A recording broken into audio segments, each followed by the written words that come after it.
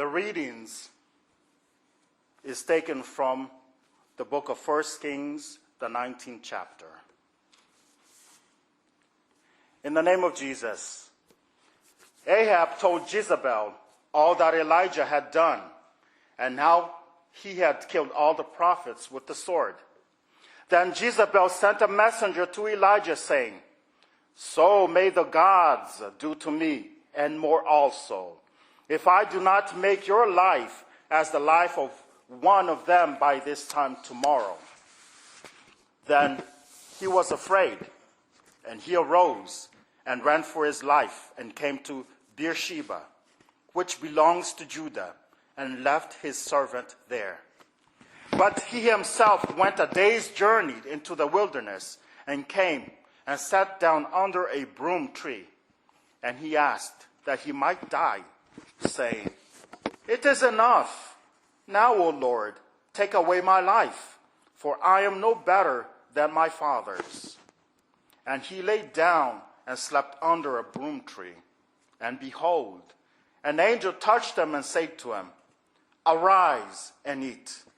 And he looked, and behold, there was at his head a cake baked on hot stones and a jar of water. And he ate and drank and lay down again. And the angel of the Lord came again a second time and touched him and said, "Arise and eat, for the journey is too great for you."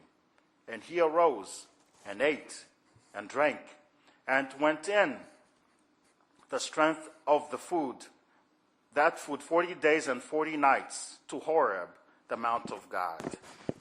This is the word of the Lord. The second reading is taken from Ephesians, the 4th chapter through the 5th chapter. In the name of Jesus. Now, this I say and testify in the Lord, that you must no longer walk as the Gentiles do, in the futility of their minds.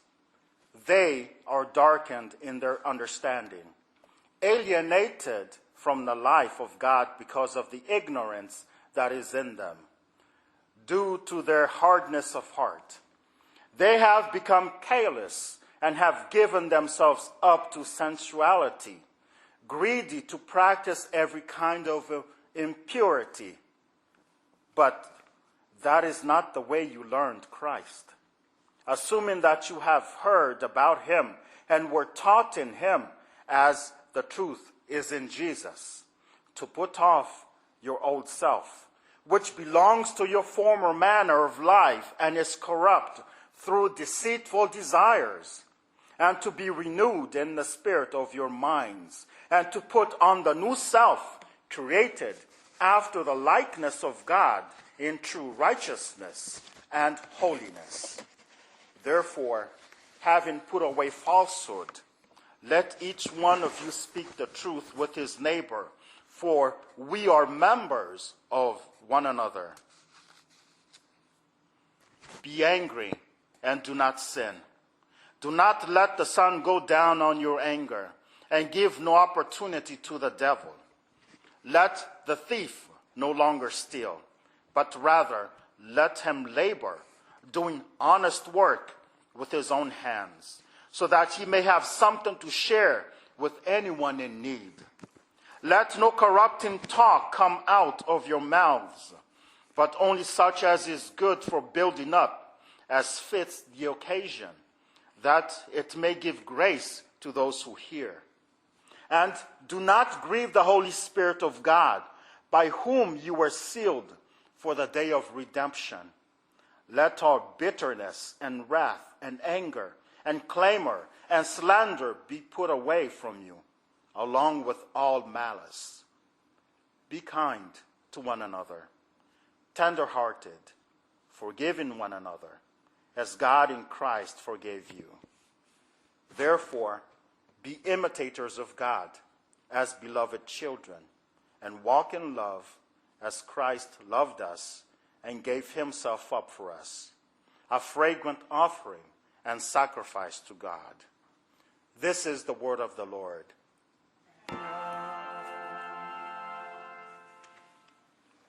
The Holy Gospel according to the Gospel of John, chapter 6. In the name of Jesus, Jesus said to them, I am the bread of life. Whoever comes to me shall not hunger, and whoever believes in me shall never thirst. But I say to you that you have seen me, and yet do not believe. All that the Father gives me will come to me, and whoever comes to me, I will never cast out. For I have come down from heaven, not to do my own will, but the will of him who sent me. And this is the will of him who sent me, that I should lose nothing of all that he has given me, but raise it up on the last day. For this is the will of my Father, that everyone who looks on the Son and believes in him should have eternal life, and I will raise him up on the last day. This is the word of the Lord. God, our Father, you continue to give us your word, giving us opportunity to repent, turn away from our sinful life, and return to you. Through your holy word and through the work of the Holy Spirit, you continue to speak to us, leading us not to return to the old life which we used to have, life immersed in sin. It was a life corrupted by deceitful desires, as it was under the authority and power of Satan, sin, and death. But by your mercy and your unconditional love, you saved us through your Son, Jesus Christ. He paid the price on the cross in order that we sinners may be saved from that condemned sinful life. Saving us, you, O God, our Father, raised us to life with Jesus from death and placed us in your kingdom with Jesus, a place where there is full of abundant life. After having saved us, God our Father, you continue to give us your holy word, instructing us to lead a life according to your will as a people holy for you. This life is in likeness to your righteousness and holiness. You made a covenant with us on our baptism that you will be our God and we your people. You gave us your commandments to obey and to follow, which has the purpose to lead us to live in the new self as a holy people for you. Gracious Father, you say in the Holy Scriptures that you are the Lord our God and you are holy. Therefore, we as your people also must be holy. As your people, a holy nation for you. Gracious God, through your holy word, you remind us that we are sojourners in the world. And you continue to make it clear to us in order that we may come to understand that we do not belong to the world, although we do live in the world. You continue to tell us that our true home is in heaven, and that the only way for us to come to you and enter into your heavenly kingdom is through Jesus Christ, who is the only way. For this reason, Holy Spirit, we ask that you open our hearts and open our minds in order that we may come to understand the words that the Lord our God speaks to us this morning. In the name of Jesus Christ we ask. Amen. The holy word of God, which is given to us by God from the 3 scripture readings this morning, delivers the message that we as Christians, God's people, a holy nation for God, and citizens of the kingdom of heaven, are sojourners in this world. Although we are in the world, we are not of the world. And we do not live life as do the people of the world. We live life as citizens of a holy nation, people holy of God. We live life in the likeness of God, our Father. That is, in his righteousness and holiness as his children. The words of God spoken through Elijah, given by God to deliver to the Israelites in 1 Kings and 2 Kings, were to remind them that they are a people holy to the Lord their God, and that they were chosen out of all the peoples on the face of the earth to be his people, his treasured possession.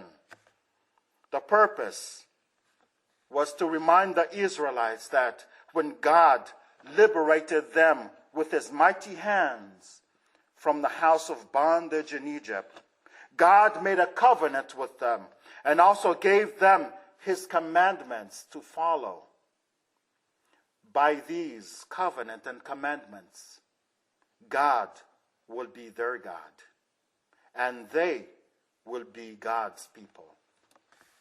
The word of God in 1 Kings chapter 19 verses 1 to 8 proclaim to the Israelites to live a life in righteousness and in holiness, in likeness to their God, as they are God's holy nation. And as they advance towards the promised land, they must not follow the ways of the people living in their neighboring cities. For those people bow down, serve and worship false gods made by the sinful human mind. As God's chosen people, they must be holy as the Lord their God is holy.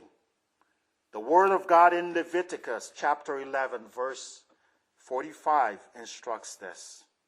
God says, I am the Lord who brought you out of Egypt to be your God. Therefore be holy, because I am holy. The work of the commandments was to instruct and guide the Israelites to lead a life that should proclaim God as the one true living God.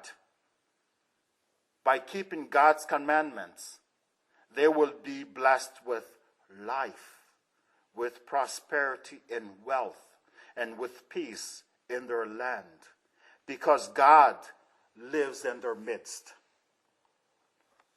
But to the contrary, by desecrating his commandments and by serving and worshiping other gods, which are false gods, will result in their misery from all kinds of illnesses and diseases and poverty and insecurity.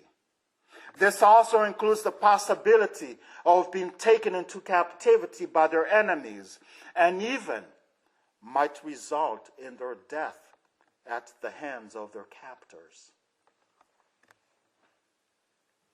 Elijah proclaimed God's word to the Israelites that they were sinning against God. They were breaking fellowship with God. Elijah proclaimed God's word that when King Ahab took Jezebel as his wife, who is the daughter of Ethbaal, king of the Sidonians, worshipped Baal, a false god that cannot see, cannot speak, cannot hear, has no life, and cannot give life, and cannot bless. Baal was believed by the Sidonians to be a god of thunder who gives rain to their crops for an abundant harvest. King Ahab brought this false god into the midst of God's holy people and led them to serve and worship it. For this reason, God sent Elijah to deliver God's word, to give to the Israelites, to give them opportunity to repent from their sinful ways and return to God. The word of God in 1 Kings chapter 18 proclaims that God performed a mighty sign before the eyes of the Israelites and those who served and worshipped Baal also. This was done in order to proclaim that God is the only one true living God, and that there is no other God besides him.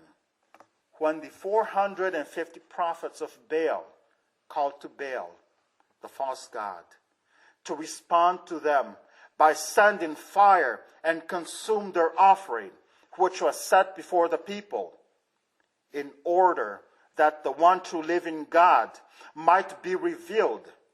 The word of God in 1 Kings chapter 18, verse 29 clearly says that there was no response. No one answered. But when Elijah called to God, the word of God in 1 Kings chapter 18, verse 38 proclaims that God responded by sending fire from heaven, which consumed the whole offering that was offered to him by Elijah.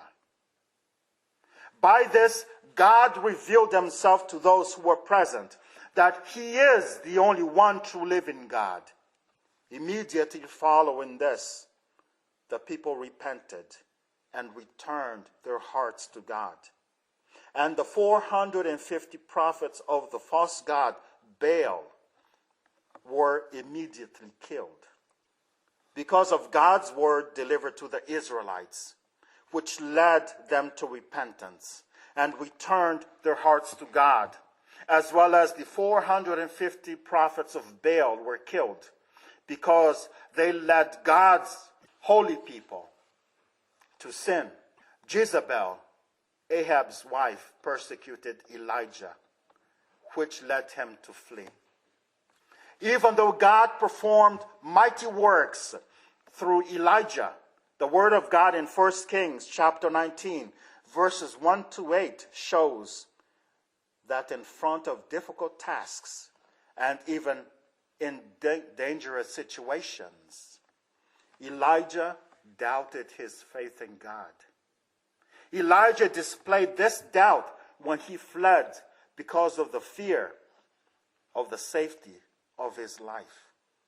Thus, Elijah also sinned. Although the hearts of people may change, doubt in their faith in God, fail to keep and obey God's commandments, or even may fail to listen and live in God's word, which displays the hearts of sinners, God, however, does not change, but remains faithful because of the covenant that he made to his people. Like the mighty works that God did to his people, his chosen people, the Israelites, for their salvation, the epistle to the Ephesians, chapter 4, verses 17 to chapter 5, verse 2, proclaim that God continues to do the same with us. We are the new Israelites, a holy nation which he created by our faith in Jesus Christ. God removed us from the power and authority of Satan, sin, and death through Jesus Christ in our baptism. By this, God raised us to life and placed us in his kingdom with Christ, a place where there is full of abundant life. God's kingdom is the promised land. Because of what Jesus Christ accomplished for us on the cross, we are sealed with the promised Holy Spirit, who is a deposit guaranteeing our inheritance until the redemption of those who are God's possession. It is by grace that we sinners are saved, and salvation is God's work. While still in this world, advancing towards the promised land, the word of God in Ephesians chapter 4, verse 17 to chapter 5, verse 2 instructs that we, as a holy people of God, must fight the good fight of the faith. To do this, the Word of God instructs that we must not return to our former life, the old self, which God delivered us from, corrupted by its deceitful desires, as it was under the authority and power of Satan, sin, and death. Instead, as a born again by the Holy Spirit in our baptism, we should live in the new self, living a new life, which was created by God in order that we may live in true righteousness and holiness as God's children and as God's holy nation. This is the reason why Jesus said to his disciples, according to the Gospel of John, chapter 15, verse 19, "You do not belong to the world," teaching the disciples that they are citizens of the kingdom of heaven.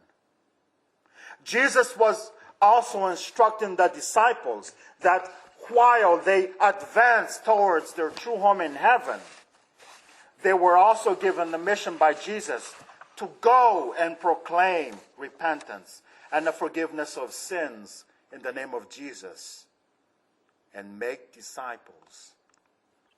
Living the new life and the new self in Jesus Christ already displays the new life that we are forever to live in the kingdom of heaven.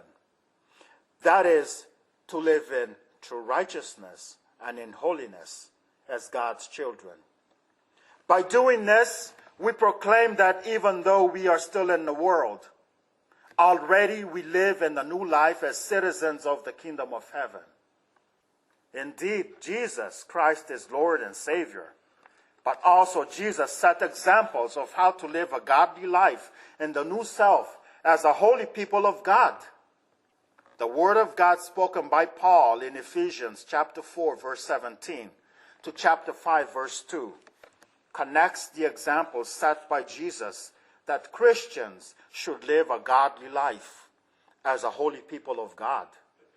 This means that the word spoken from the lips of Christians should speak the word of God.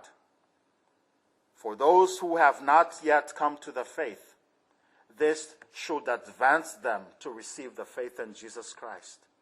And for those who are in the faith, it should lead them to stand firm and continue to advance towards the promised land while proclaiming Christ to others in their vocations and life. Living life in the new self is living a life in obedience to God's word, keeping God's commandments, and living a life in true righteousness and holiness. Living life in the new self is also living life in repentance and forgiveness of sins, as God forgives our sins in Jesus Christ. We, as God's children, by unconditional love, should also forgive the sins of those who do us wrong. Living life in the new self as Christians may seem difficult to accomplish, but know that Jesus Christ has already conquered the world, conquered Satan, sin, and death. Jesus Christ is the source of life, the bread of life, who champions Christians in their fights in life, which includes spiritual fights. The word of God in the Gospel of John, chapter 6, verses 35 to 51, gives example of the reason some people to seek Jesus. There are those who seek Jesus only to solve their issues of life, such as the insufficiency of basic needs for survival. God knows that we have basic needs, such as food, clothes, health, education, money, home, security, and the like in life. This is the reason why God created everything in order to provide for our basic needs for survival in life, before he created Adam and Eve on the sixth day. Although basic needs are important for survival in the physical life, however, life is incomplete without the spiritual life. By living the new life in the new self by faith in Jesus, who is the bread of life given to us by God from heaven.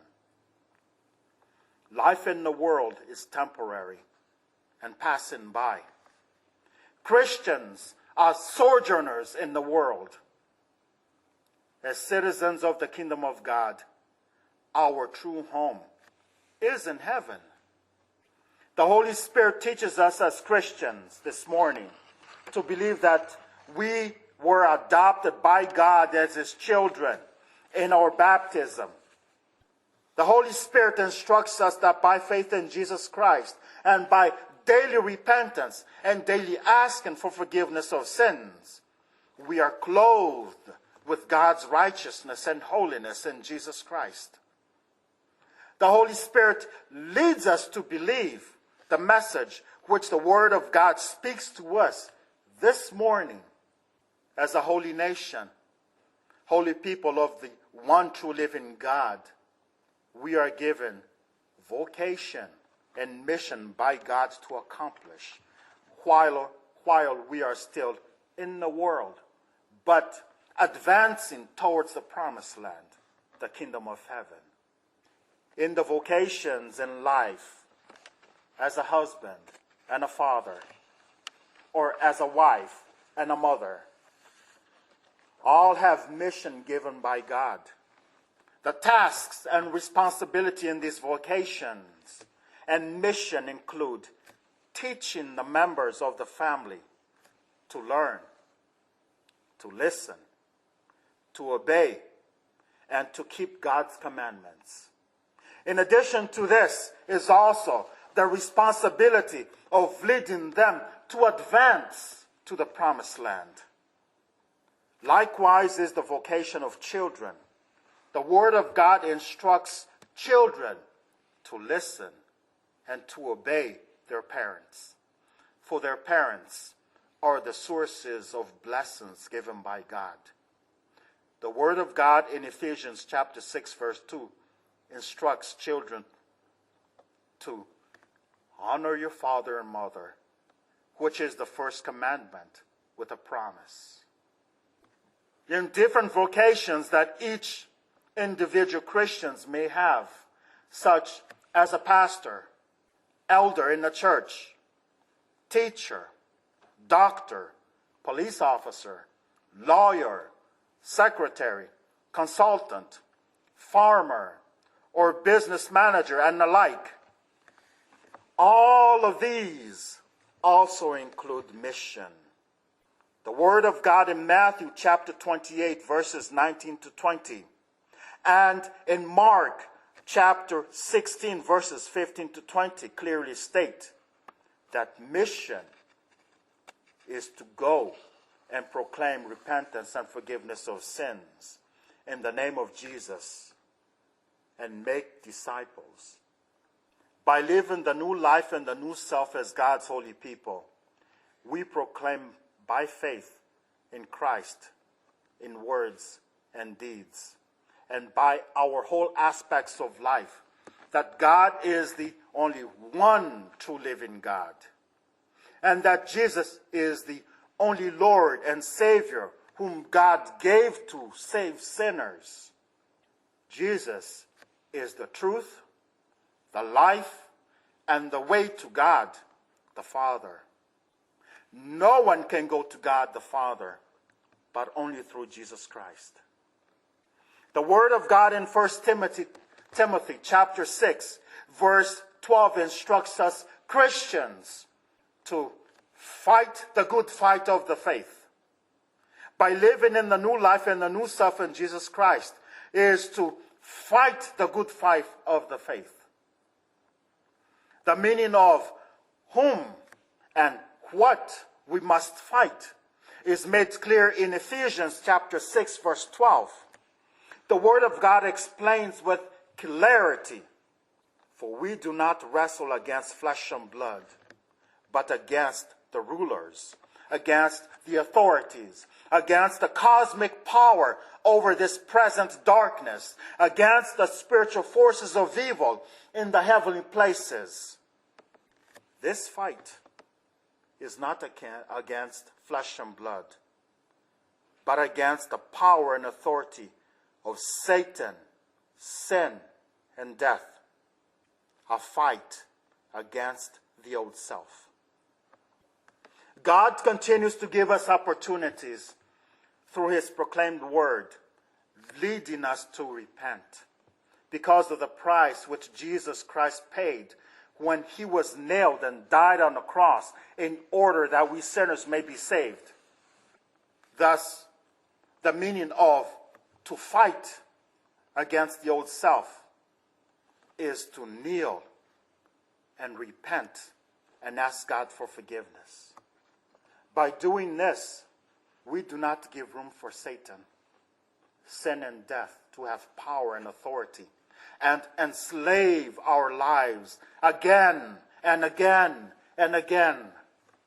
Repentance is done daily. To repent means to surrender one's whole life to Jesus. To repent is not to return to the old self, the old life, but live in the new life, in the new self in Jesus. By returning to the old self and the old life, blasphemes the Holy Spirit, whom we have been sealed with as a deposit, guaranteeing our inheritance until the redemption of those who are God's possession. By living in the new life and the new self, while we advance towards the promised land, the kingdom of heaven, we proclaim Jesus Christ fearlessly in our vocations and mission, which God gave to each of us to do. By doing this, we testify that we are citizens and ambassadors of the kingdom of heaven, and that whoever may come to hear God's word spoken through our lips and also visibly see Jesus in our whole aspects of life may come to faith and confess that Jesus Christ is Lord and Savior and be saved. Let us pray. God our Father, we give you praise and thanksgiving, although that we do not deserve your mercy, but what Jesus Christ accomplished on the cross, your unconditional love for us endures forever. We thank you for your holy word leading us to repent. Forgive us, we are poor sinners. Holy Spirit, lead us to listen and to obey God's word, and teach us to follow God's commandments in order that we may live life as God's holy people. That is, living life in righteousness and in holiness. Holy Spirit, teach us to live this kind of life, although we are still in the world, but advancing towards our true home in the kingdom of heaven. Holy Spirit, empower us and champion us in our daily fights. Lead us daily to repent and ask for forgiveness. By doing this, Satan, sin, death, and deceitful and corrupted desires will not be given room and have any authority and power in our life. For our life belongs to the Lord our God. Jesus, do not forsake us or disown us, but walk with us as we advance towards our true home, to the kingdom of heaven. In the name of Jesus Christ we ask. Amen. The peace of God, which passes all understanding, keep your hearts and minds in Christ Jesus. Amen.